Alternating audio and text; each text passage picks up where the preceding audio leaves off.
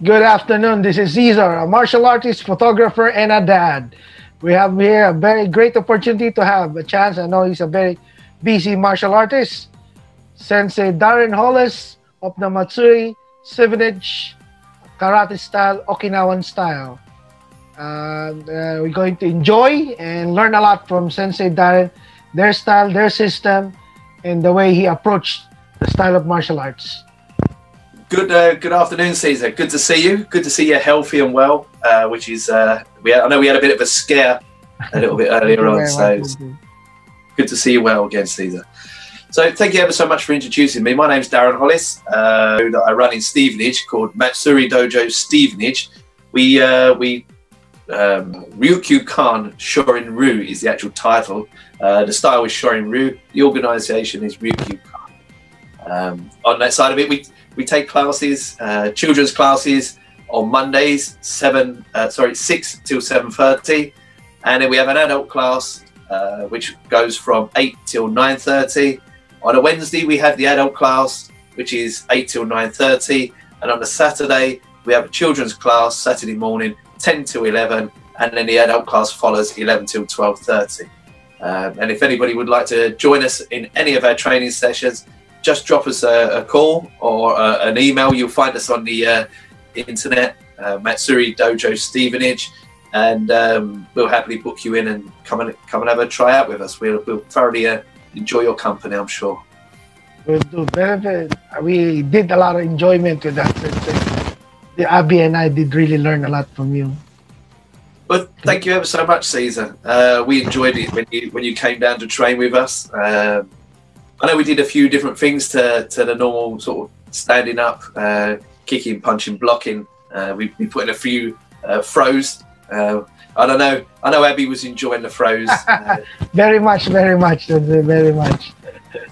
and it's good self as well. I think the throwing side of it is a bit of a lost part of karate. In modern karate, it's more about standing up a majority of the time. However, throws, groundwork and locks were part of karate from the old school side of it. So I do like to incorporate those into my lessons. Teach students how to break, fall, throw, and grapple a little bit. It's always a good thing to add more rather than add less or take away. Jake, can you explain where it originated, your style of karate, and who is your shihan, or how do you call him or give him respect? Yeah, so the style of karate we do is Ryukyukan Shorin Ryu, and it comes from Okinawa. So it's an Okinawan-based karate. There's 3 Okinawan styles, which is Shorin Ryu, Uchi Ryu, and we've got Goju Ryu as well. They're the 3 Okinawan karates, slightly different from the Japanese in the fact that Okinawan-based karates tend to be a bit kinder on the stances. They're not so deep as the Japanese styles. So as you start to mature in age, the Okinawan style karate tends to be a little bit more suitable when your knees are hurting and your hips aching. That's a good one. That's a good advice. Yeah, Sensei, did somebody or what influenced you to choose karate as a martial arts?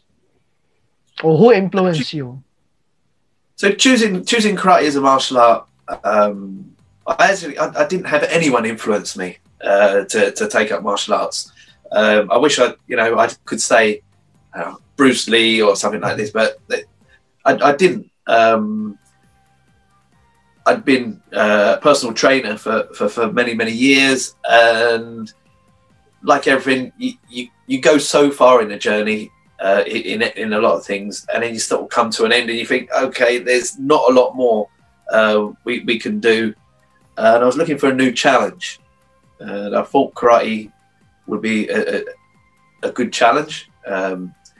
It challenges you physically, mentally. And it's great for coordination, which I had really poor coordination beforehand. Oh, really? Does it look like? Well, thank you, Steve. But it challenges all these things, and when you start to see other reports about what what karate does. And I was reading a report that karate is now being practiced in some of the old people, you know, retirement homes, etc. And it's because it's something that requires you to think, and the movement. It actually is being proven to, don't know about necessarily stop, but definitely slow down dementia. Oh wow! So, yeah, it's a big study that went on in America, and it was really an interesting read. So if anyone's out there that is interested in that, please do read up, because it's really Maybe interesting. The forms, the kata, because it helps the brain to work again, isn't it? Yeah, exactly. It makes you think rather than, as you say, sitting there in front of a TV and your brain slowly deteriorates. Whereas something like this, as you say, the forms, it keeps you. I don't think, you know, the 70 or 80-year-olds do much sparring, but they definitely do a lot of kata. I did one time watch the committee of Okinawan old instructors. They're still sparring, isn't it? They're about 70s. They're still There's even an age tournament for them. Yeah, I love it. They normally do. I can't remember what they call it now. I think they call it veterans. When they get over a certain age, they become veterans. It's just a polite way of saying you're old. But yeah, they do that, and the Okinawan style karate very much focuses on conditioning, making sure you're being karate people. We're generally nice people, so most of the time, or probably all of the time, we're probably the ones that are going to get hit first, and hence my emphasis when I train and teach students. Defense. I always go with defense first. We know how to kick, we know how to punch before you walk into any martial arts school. Okay, we can all kick a football. So what's the difference between kicking a football and somebody else to get them off of you? And the same with punching. We all know how to throw up. We don't need to go. What we do at the school is we teach you to become more efficient in your striking. We would teach you how to deliver a punch with minimum amount of physical energy, and deliver the most amount of power with the minimum effort. This allows us to continue to defend ourselves for longer, which means you've got more chance of obviously being able to get away from your attacker. So this is one of the things we do emphasize on a lot, and like I say, we then teach you to be more efficient with your striking, whether it be your legs or your hands, and hopefully that should be sufficient to be able to get away from the situation you're in.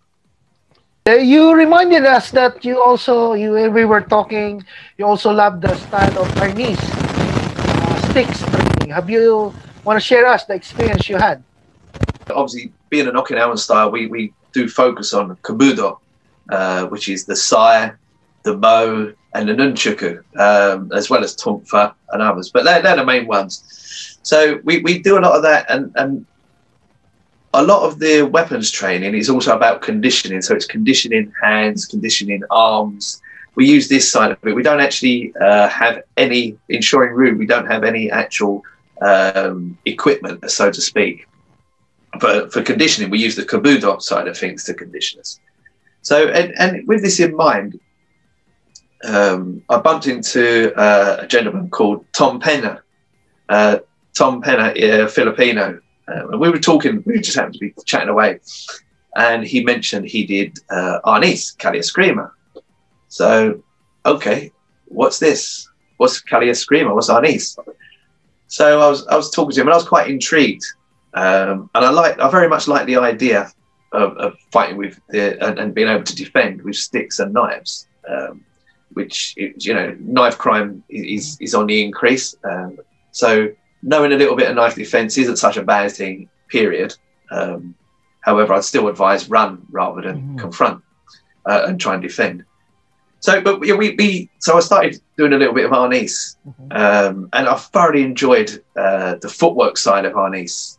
Really, really good footwork within that.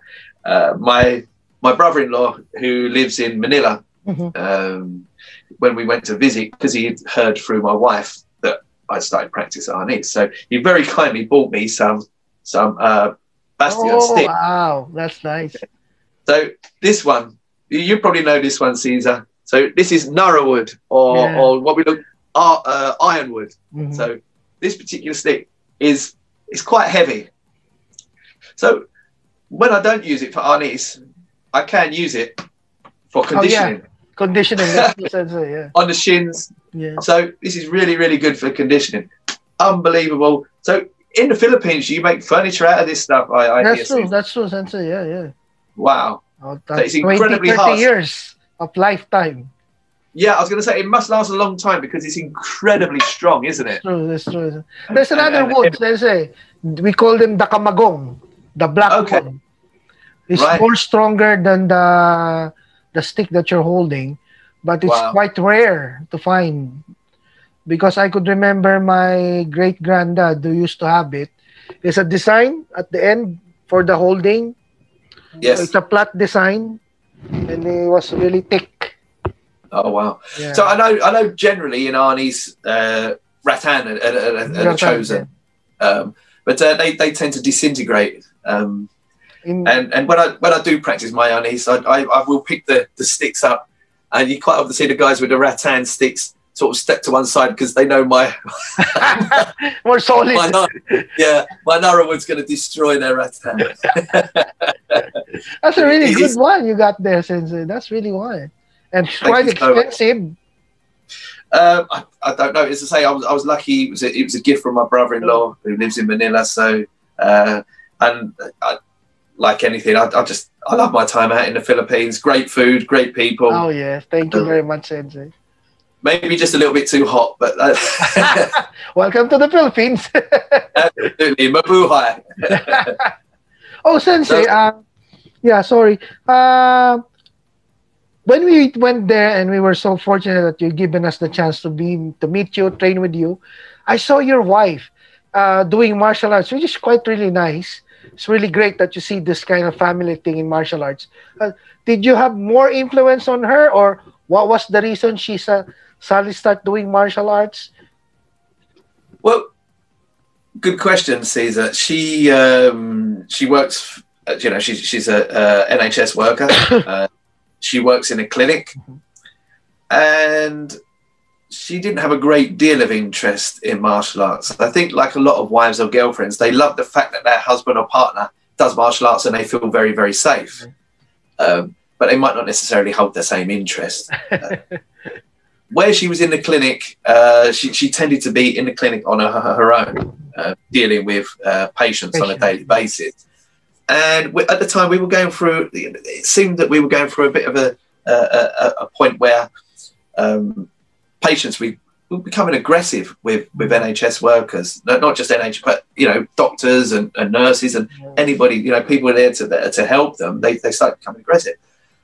So I said to my wife, "Come on, I think it's about time you learn some basics at least.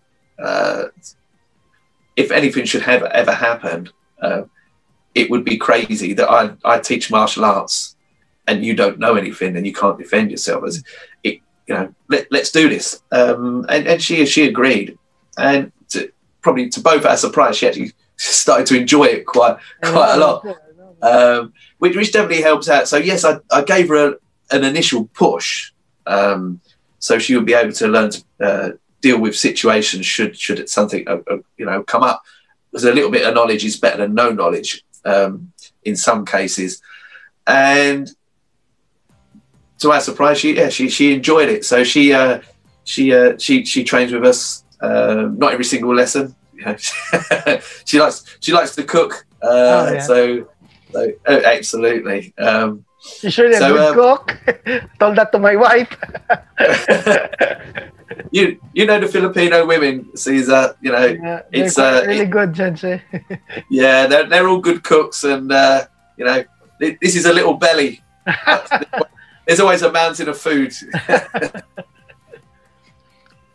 Sensei, based on your history and experience, what is your opinion with regards to cross training? I know you mentioned about doing Arnis, footwork, going to karate. But you, as a personal opinion or your personal experience, is it really beneficial to do cross training?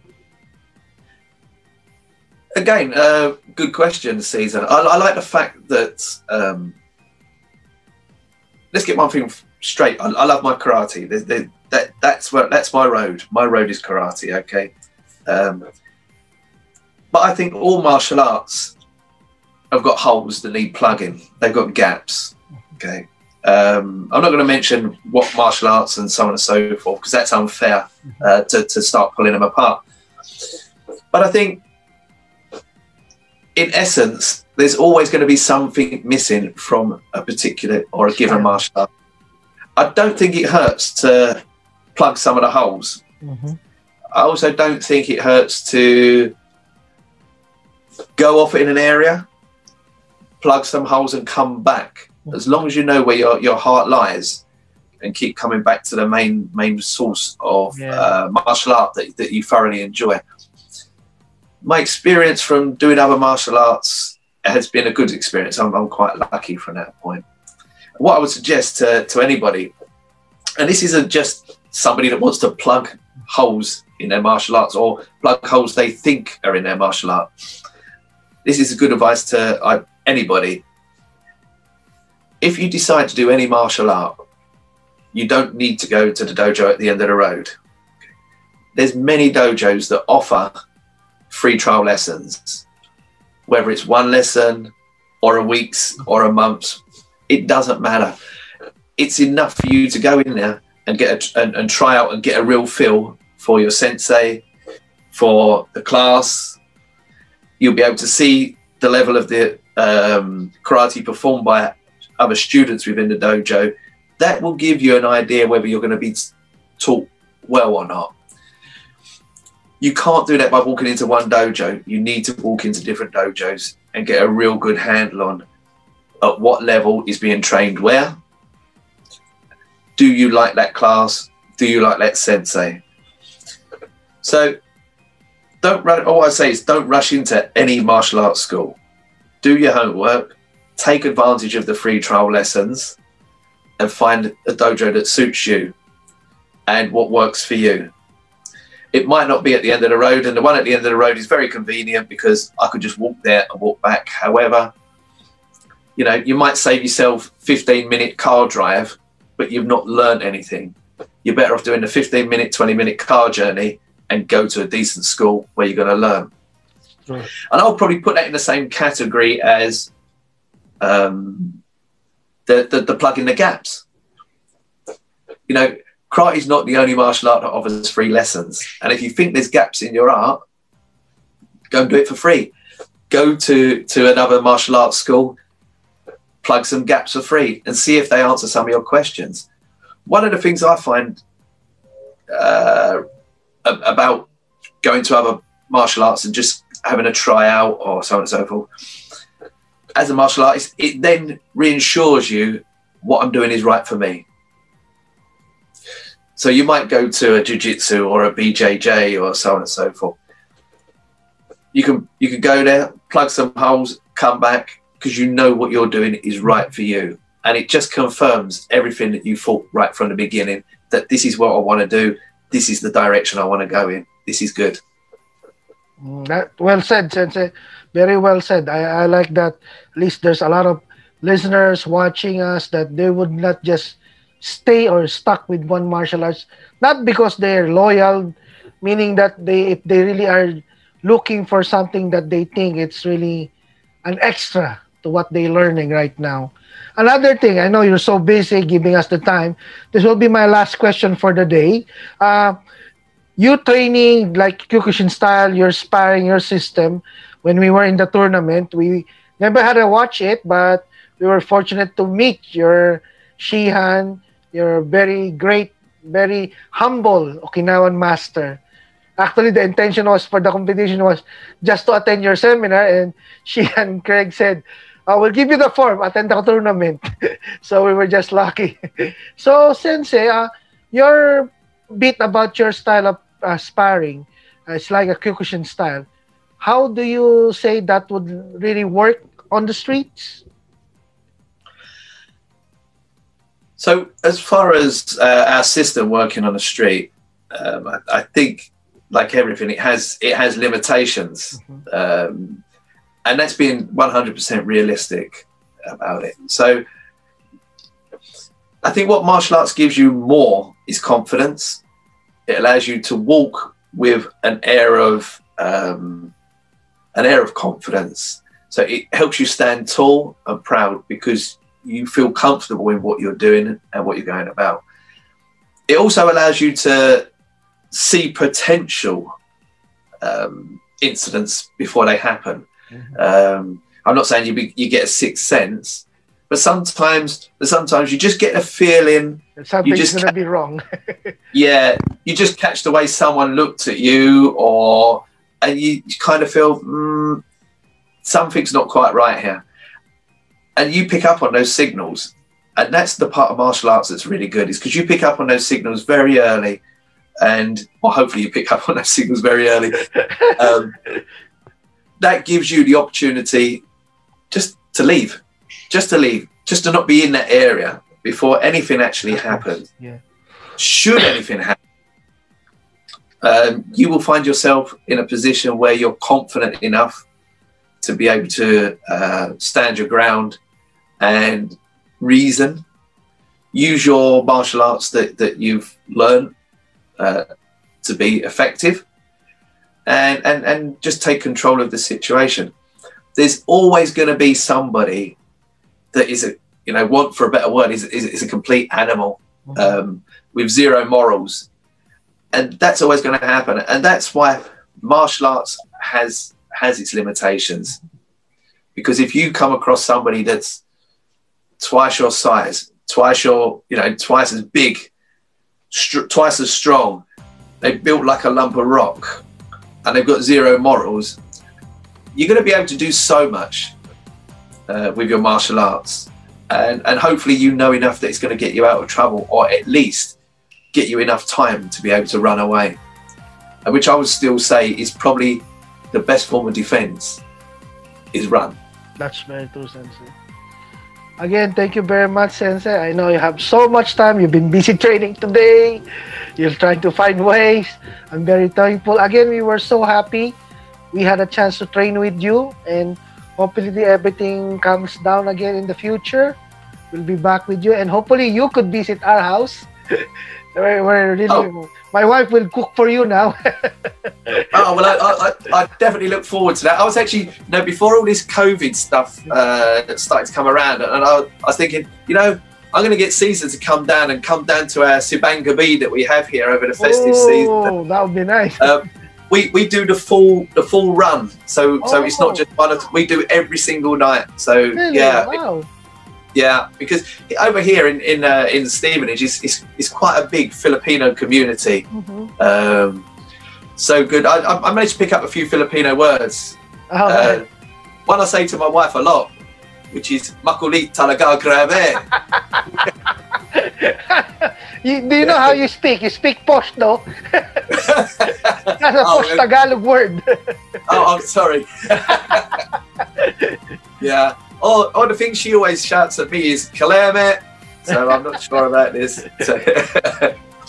It's just great meeting your wife and enjoying the meal at the same time with your friends. But really love the throwing the part. Me and I love the throwing part, though. Every time my Abby throws me, she was smiling. Every time she gets thrown, oh, I like this, Dad. I like that. Oh, it is a wonderful. It was a great day. And it was a great day, Sensei. I thoroughly enjoyed hosting you, Caesar. And, thank you very much, too, Sensei. And you can't come back quick enough, as far as I'm concerned. I know, Sensei. Once again, Sensei, thank you very much. It was a great honor. Again, to each and everyone, I'm giving you a chance again to tell your schedule and your class before we end, Sensei. Thank you, Caesar. So the dojo is Matsuri Dojo Stevenage. We practice Shorin Ryu through Ryukyukan organization. So you can find us on the internet. You'll see our website there, which is www.matsuri Matsuri Dojo Stevenage.co.uk. You'll find us there. We're on Facebook as well, so you'll be able to find us, and Instagram. So I think they're the only social medias we're doing at the moment. That takes up enough time, to be totally honest with you. But yeah, we train. So we train on Monday nights, 6 till 7:30 for children, 8 till 9:30 for adults. Wednesday night, 8 till 9:30 for adults, and Saturday mornings, 10 to 11 for children, and 11 till 12:30 for adults. So hopefully, guys, if you fancy coming down, message me. We'll happily accept you into our club, and we'll have a good training session. Thank you very much, Sensei. Us, and hope to see you soon again. Us. Thank you, Sensei. You too, Caesar. Take care. Bye-bye. Bye. One.